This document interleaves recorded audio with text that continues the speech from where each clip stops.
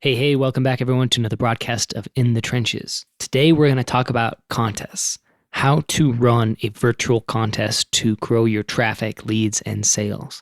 And to talk about this topic, I've run several contests myself, but I want to bring on an expert. So I brought on Travis Ketchum, the founder of Contest Domination. And in today's conversation, we dive deep behind the scenes of successful contests and what Travis has seen that make contests actually successful and profitable for a business running them.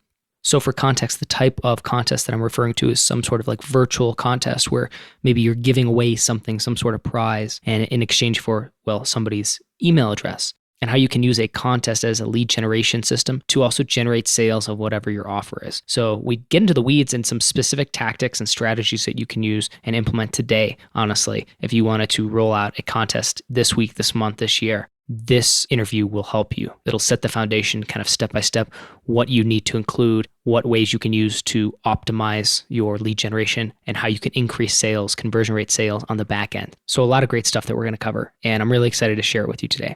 So without further ado, let's get to today's conversation. So Travis, the place I want to start is actually with Contest Domination. How you actually founded the software company. What's your background? What led you to building the software? And then we'll talk a little bit about what it does and kind of into the details. But I'm really curious about your founder's story. Yeah, so I mean, everyone has kind of this, unique story, and I guess mine's no different in that regard. But I've always been a technologist. Like technology has always interested me, but I've also been super interested in business. So I mean, my entire life, it's like one of my neighbors, I think it was third grade, gave me a Pentium 1 computer, that I tore apart and put back together, and then he taught me how to reformat Windows. So like, I've always been kind of a nerd my whole life, but then I've also been fascinated with being an entrepreneur. So back olden days, mowing yards, washing cars, whatever. I had this approach of actually asking people what they thought the job was worth. And if it was higher than the number in my head, then great. So like I've always had this interesting mix of technology and business. But when Contest Domination actually got started, I had already graduated college. I had already quit my first full-time job to go become a consultant and doing sort of agency style work for a couple of best-selling authors and speakers. But I realized in this time that I had switched a regular full-time job where I sat in a cubicle and made phone calls, which was kind of my own personal hell, to a different type of full-time job where I was traveling and I worked from home and I was in control of my own domain, but I hadn't built any digital assets of my own. And so I had essentially swapped one paycheck for another, even though it did come with added flexibility. So I realized I needed to build an email list as fast as possible. And when I looked at all the things that we had done that had been the most effective in the campaigns that we had been running, I was like, you know what? Contests have this really high conversion rate compared to anything else that we've done when it comes to taking traffic and turning it into leads. But the problem at the time was none of the contest softwares that were available really put the main incentive on the conversion event. A lot of them put the incentive on the share. So that meant that most platforms at the time treated a tweet or a Facebook share or whatever all as equals. And I knew that not all traffic sources are equal and that you were really incentivizing people with those old school mechanisms to share on maybe a fake profile or their share and then go delete their share, right? Because you were incentivizing the share, not the referral. And by incentivizing the referral, they would actually leave that share posted, or they would encourage their friends directly to come into the contest. And I had a theory that that would actually generate a lot more leads if contest software did that. And so, like any good broke entrepreneur, I put a couple $1,000s of cash and I put about $7,500 on a credit card and hired someone to make a small little WordPress plugin that would do exactly what I just described, where it would give someone 1 point for entering the contest themselves, and then 10 points for every person they successfully referred to the contest without caring about the channel they used to do the referral. Does that make sense? Yeah, absolutely. Yeah. And so by doing that, we had this simple little WordPress plugin, and I ran my first contest and had a couple of thousand people enter my contest. I was like, boom, awesome. It works. It works exactly how I thought it was going to work. It was a real simple, sort of minimal viable product, but it was enough for me to then package it up, take the case study of the first campaign I had run that had worked really well, and then create a sales page and then go out and get a bunch of businesses to use that WordPress plugin. And then that naturally evolved once that first launch went well to say, okay, look, there's real traction here. We've now had thousands of businesses use this successfully. I need to turn this into a quote unquote real business. And so I kept the name and everything, but I built it all over from the ground up as a hosted software as a service product that could be a much more robust, have more features, less support overhead, and that kind of stuff. So that's sort of the early genesis of my desirability email list, going through some iterations, and then finally getting to the robust contest platform that there is today. So it sounds like the first iteration of the software was the plugin, correct? Correct. Yeah. And, like anyone, I hired the wrong person to start with trying to be cheap and had totally unusable code and then had to hire the expensive WordPress developer anyway after that to essentially start over. So, but yeah, the WordPress plugin was the first version of contest domination, sort of as we understand it today. And tell me a little bit about the initial release of that, we'll say version 1.0, even as a standalone, even as a plugin. How did you market and sell it? And I'm curious specifically about where you actually started marketing and selling it in relation to the building, because I'm actually really curious about software, always have been, really considering getting into software development, but I just know it's like going to be a mess to untangle, and it's like going through the jungle, probably trying to figure things out. And so I'm curious. I always love to kind of see how people are doing it. So when you got started, how much did you say invest into the development before you started marketing and actually generating any sales for the software itself? Yeah, it was I don't remember to the penny the amount, but it was approximately 8 or 9 grand total is what I spent before I got sale number one, which keep in mind, I mean, that was really trimming down and trying to avoid feature creep as much as possible. The first 2 grand of that was totally wasted by hiring the wrong people, trying to be cheap. So my recommendation, I keep learning this lesson over and over the hard way, which is pay the right person to do it the first time because you'll end up paying them anyway, and it'll just cost you more in the long run because you will have paid for the crap result, and then you will have gone to pay the real deal anyway. So just skip the bad experience in the front end. But even with those mistakes, under 10 grand, like I said, a fair amount of that was on a credit card, which was kind of scary. And then once I had proven I had my own results, then I worked on, putting together a sales page, which at the time I had to hire someone to help me build a little WordPress sales page even because I was really novice on that. The delivery mechanisms were super simple. I mean, it wasn't some big fancy membership area. It was literally like if someone bought on ClickBank at the time, it just added them to an Aweber list and it had a naked Amazon S3 link to download the zip file. I mean, it was really basic on delivery, partly because of lack of knowledge, partly because of time, and partly because of cost. Trying to keep all of those things as short as possible. And then I literally, just shared it on my Facebook page. I had a couple hundred email subscribers prior to my first contest of marketers that I sent it out to. And then I had a friend that had a medium-sized list of bloggers. And I said, hey, we have this new thing. I haven't really tested it, but would you mind sharing with your audience for a commission? So they promoted it and, we sold a handful of copies, but it was just to get the very first few people in the door, which was a big deal. And then, asking those first few people, being very hands-on, saying, hey, how can I help you install it? How can I help you run it? How can we help you run something? You want to be a case study, all of those kind of things. And once I had the first couple customers in, they were willing to give us case studies. Then I partnered with a larger affiliate manager, and we did what is sort of traditionally known as like a regular launch, right?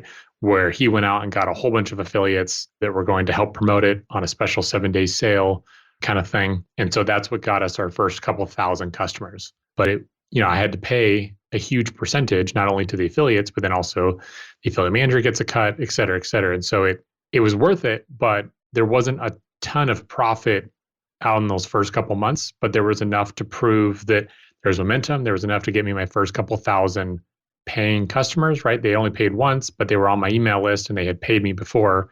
So then I could promote other offers to them or get their feedback on a newer version that we could work on. So that all of that effort and work, I would really probably say it was just about a break-even sort of activity. I was able to put a couple $1,000s away outside of my expenses, but it was really just work to lead up to being in a position to build the software as a service version that we have today that was able to kick off and be quite successful since then. Got it. So if I understand correctly, that was the sales you were getting early as well, where they were one-off sales, or were they recurring right from the get-go? They were one-off sales when it was a plugin. And then we did some add-ons to increase the average transaction value, like, having getting a client license to be able to use it with clients and those kind of things. But even all of that was one time, I would consider at this point low ticket sales, but it was enough to get people in the door, get them using it, get that feedback loop going, get case studies, get a bunch of feedback on what a future product should be, on a future version of it, and take that into account as we build something much more robust. Very interesting. Cool. And so, I do love hearing how people kind of bootstrap software companies. And I found in my experience, and granted, I am kind of in the affiliate space. So that is, I'm kind of biased towards that. Maybe that's what I see. But I find that most, if not, well, let's say it seems like a large percentage of people bootstrapping or growing software companies find some really great leverage by, or get some early growth and some big growth by leveraging affiliates, oftentimes early on. And it sounds like you kind of did that too. I'm curious if you have any other insights into how that's maybe evolved, if you're still using affiliates, and then also kind of what your main marketing channels have been now. You guys got, that first couple thousand customers. Yeah, so I mean, affiliates play a great role, but I found them over the longer arc, just personally, and I know a lot of people have very different experiences than I do. But personally, as you start to scale up and as the offers become more expensive and things like that, that it's kind of a pain to work with a bunch of affiliates, mainly because if you look at the percentage that you have to pay to make it happen, and then even if someone says they're going to promote, you kind of got to like chase them down about it. Even if you're paying them really well, even if you're paying them instantly, it's not something that you really control because there's a human element there, which for some people works very well and they really enjoy that component. Other people like myself find it a little bit frustrating. Whereas doing things that you do have control over, such as content marketing and advertising and those kind of things, while also expensive and time consuming, tend to have more of a compounding effect. So affiliates can be a quick pop of cash, a quick influx of sales, but it is very infrequent in my experience that an affiliate will continue to send you a meaningful amount of sales over a long period of time. Whereas the content marketing and advertising side of it, you have a little bit more control and you can repurpose content marketing in ways that will pay dividends again and again and again and again. So affiliates are a fantastic way to get started because if someone's having a hard time being convinced and you're in the early days, we just bump that percentage up higher to where they're essentially, being in a position where they're getting a lot of the upside as if they were the product owner without any of the downside, which is the support and fulfillment, and all the other sort of aspects of being a product owner. And it's worth it to you as the actual product owner in the early days to pay out such a heavy-handed percentage because that first traction, those first case studies, that building that first actual customer list are so vitally important to the next steps that it totally makes sense. Yeah, no, that's really fascinating. And yeah, there's definitely downsides, but I think there's downsides to, any marketing channel will have its downsides and different. I guess that's part of like weighing the cost benefit of moving in a direction like that. I think what's interesting about how you use them was it seems like that was one of the fastest ways to get in front of your potential target market, to validate the idea and get initial sales, and maybe even get enough customers where you could then iterate the software, build in the features that were crucial, get the case studies, and then grow from there. And then you were able to, sounds like, reinvest into the content marketing piece and some of these things that take a little longer to really benefit from. Totally, yeah. Because at the time, I mean, if I'm putting so much of the development on the credit card, that should sort of highlight that in some ways it was kind of a bit of a Hail Mary pass, right? It's like, I really kind of need this to work. And it did. And totally, I mean, affiliates are one of the fastest ways to get sales in the door that generate revenue profitably generally because you're only paying when a sale actually occurs. So it is a great tool. It's a great additive thing. I think a lot of people have been really successful. I think as you scale, you have to kind of ask yourself, like, what are my strengths as an individual? Like, what things do I enjoy doing that produce results? What aspects of the business can I excel at better than others? And for some people, that is going to continue to be affiliates.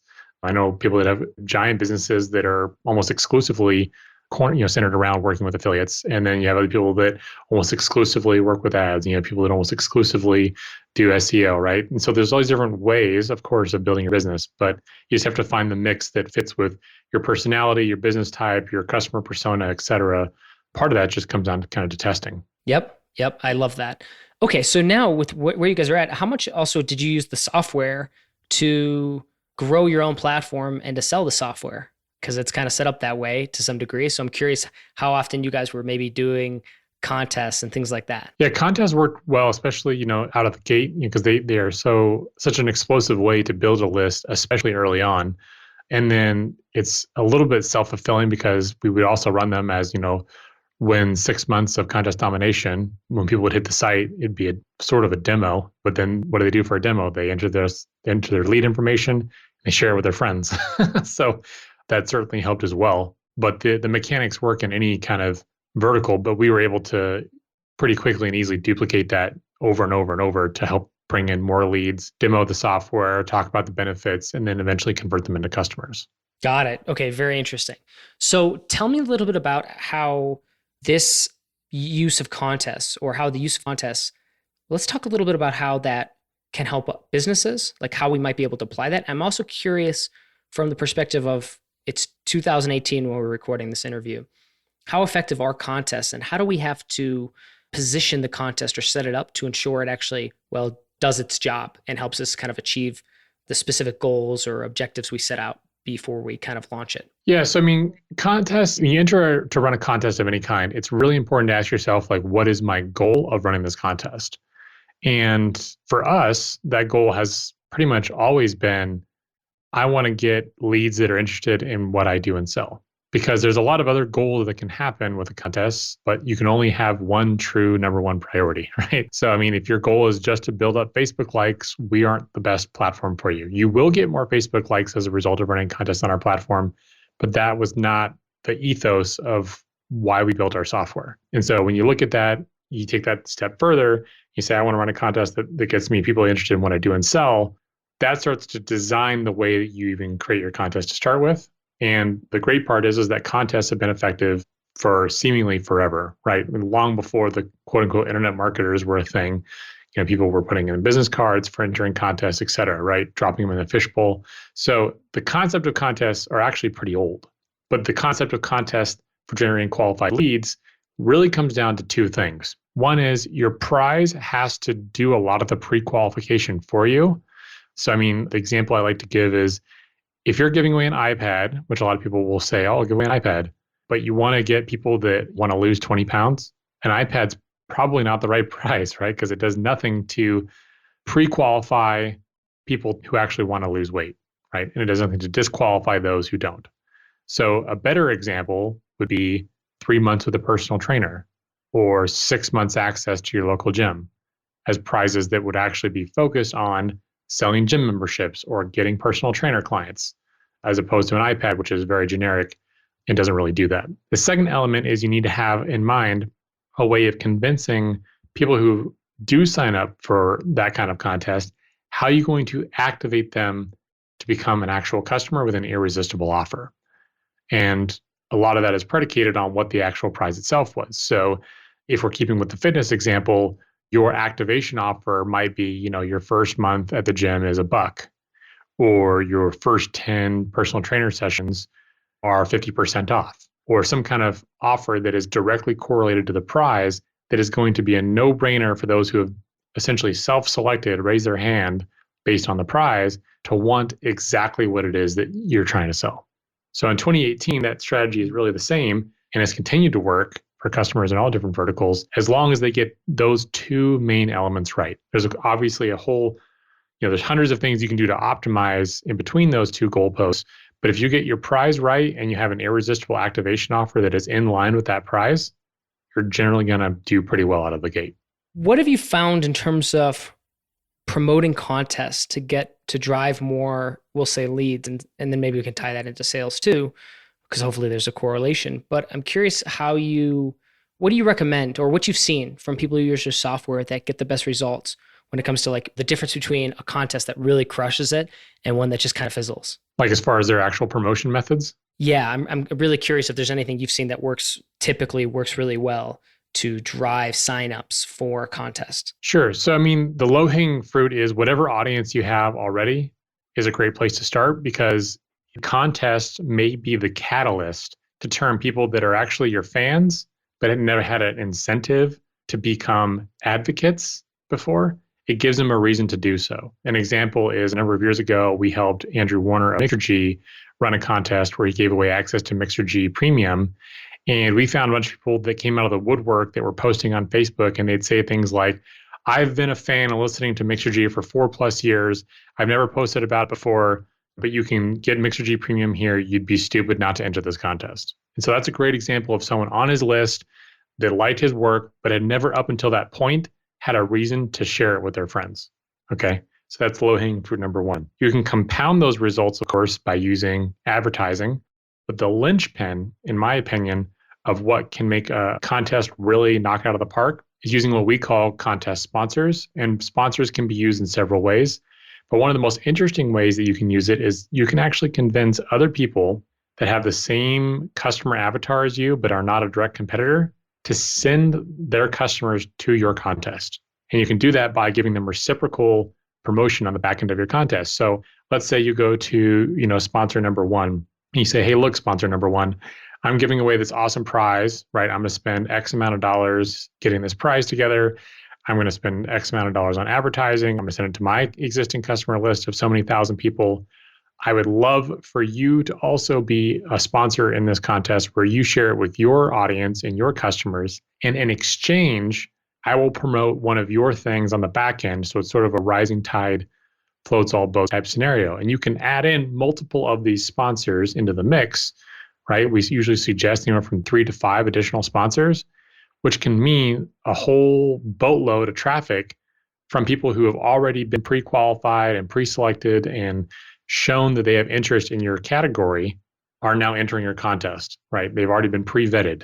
And in exchange, you're just sending reciprocal traffic. And at the end of the day, everyone walks away with more leads and customers. It's a pretty fantastic strategy, in my opinion. And if you look at the way that it's worked for people in real life, sometimes it can triple or quadruple the results that they actually got with their contest just by sending a couple easy emails saying, look, we're doing this thing already. Would you mind sharing with your audience? And in exchange, we'll promote you several times on the back end and we'll promote you on our winner announcement page. And you'd be shocked how many people would actually say yes.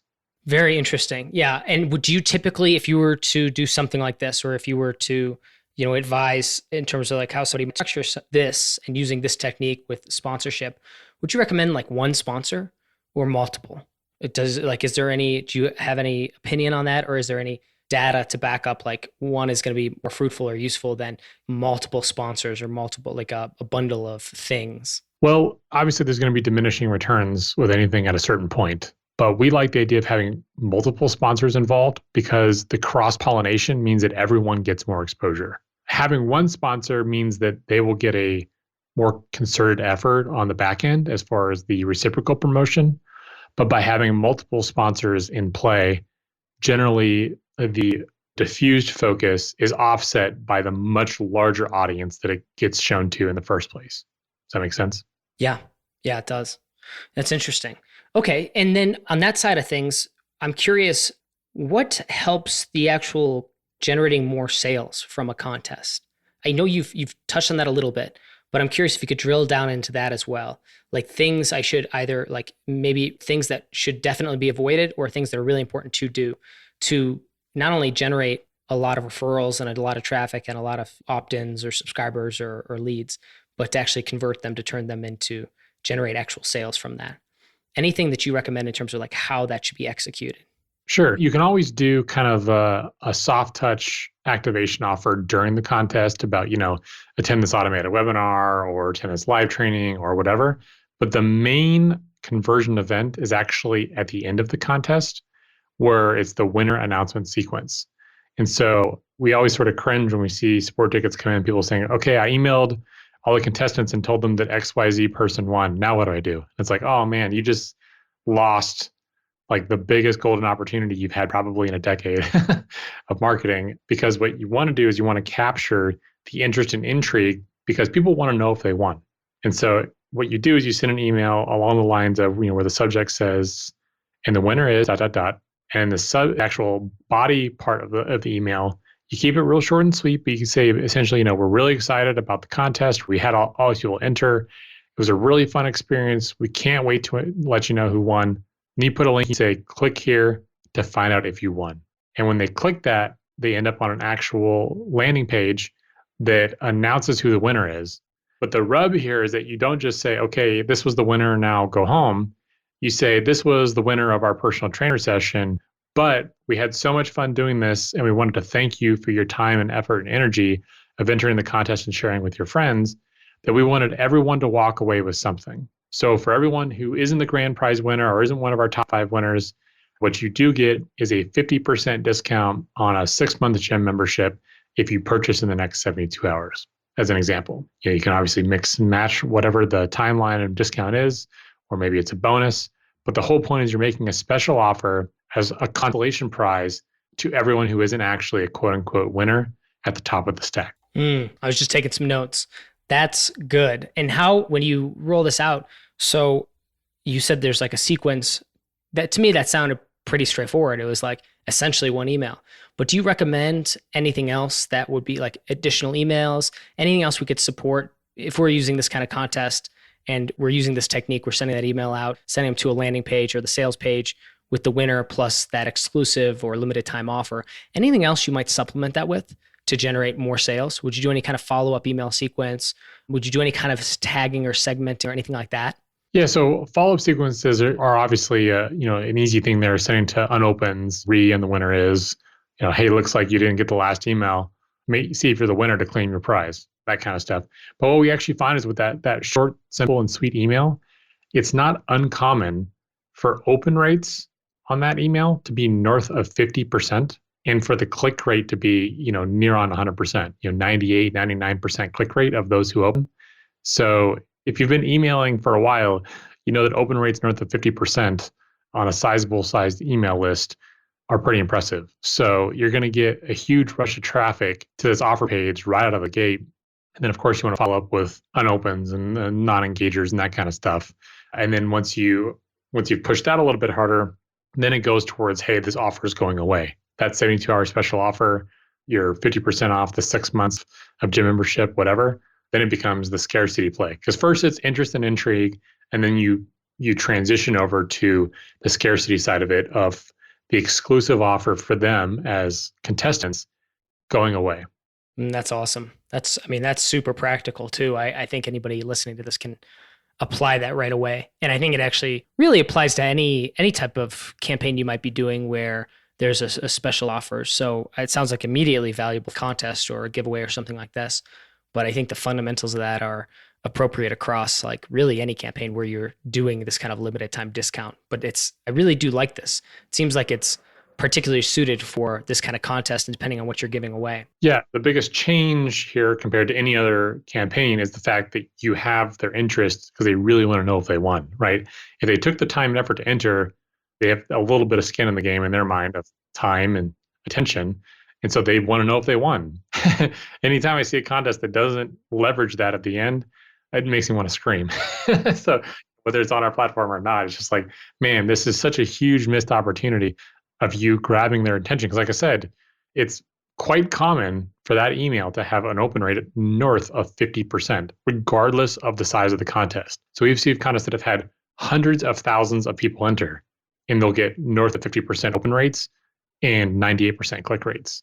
So that means that they're getting, 100,000 plus people see their offer the day that the contest ends. You see what I'm saying? And that is a huge shift from just, hey, thanks for entering our contest. Here's this 50% discount. No. You're selling the click in the email with a ton of interest and intrigue. And then on that landing page, we even go so far as to have the headline on that page to just be hard coded to say, congratulations, you're a winner. Because it's saying, hey, these are our grand prize winners, but everyone is winning this special offer. I like that. And I'm just thinking to myself, probably what would work really, really well in this context as well is if there's a video on that page and that's where you announce who the winners are. Have you seen anything like that? Because then it's like, then you can put the offer in front of people too right away. And it's like kind of forced. They can't just skim over it and click off. They'd have to watch, maybe that 2 or 3 minute video about kind of what you're doing or what the thing is that everybody's won.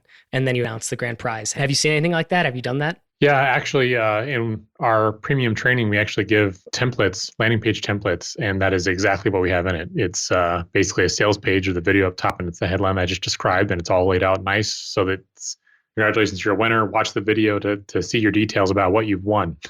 I love it. And then below that's the normal sales page, and you can have that delay come in later, whatever. There's lots of options there on how to actually structurally do that, but that is something that we actually give as a download in the back end of some of our premium training. This is fantastic. Well, Travis, I think that's as good a place as any to wrap up here, because I know the next question for some people would be, how can they check out your software, get in touch with you, and maybe run their own contests? So please, the floor is yours. Sure. So, I mean, the tool that we actually have, again, is called Contest Domination. So, if you're just curious about the tool itself, you can go to contestdomination.com. But we've also put together quite a few training assets that are available. And so, there is some free training you can consume at ultimatecontestfunnel.com. So, there's an automated training there that you can consume, sort of the main tenets of what we talked about today, plus a little bit deeper.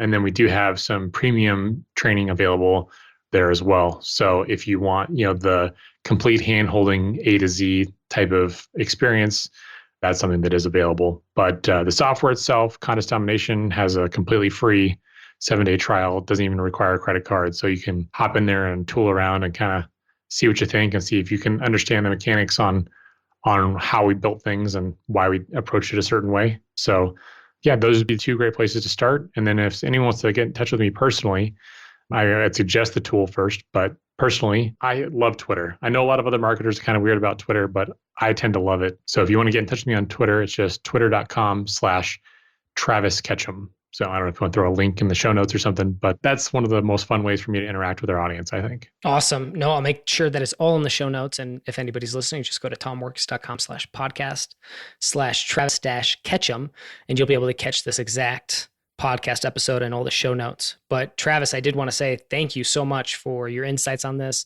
for sharing contest domination with us and kind of your tips, tricks, and strategies around contests that can grow our businesses. So thank you for being on In the Trenches. Of course, it's been my pleasure. Anytime we can help businesses actually move the needle, it's a good day. So I'm happy to be here. Awesome. And that wraps up another broadcast of In the Trenches. If you enjoyed today's podcast, please do me a favor and go to tomworkes.com/iTunes. That's TOMMORKES.com/iTunes and leave a rating and review for In the Trenches. Not only do I read and appreciate every review, but it helps spread the word of this podcast and allows me to continue to get on great guests. So thank you for your support, and I'll catch you on the next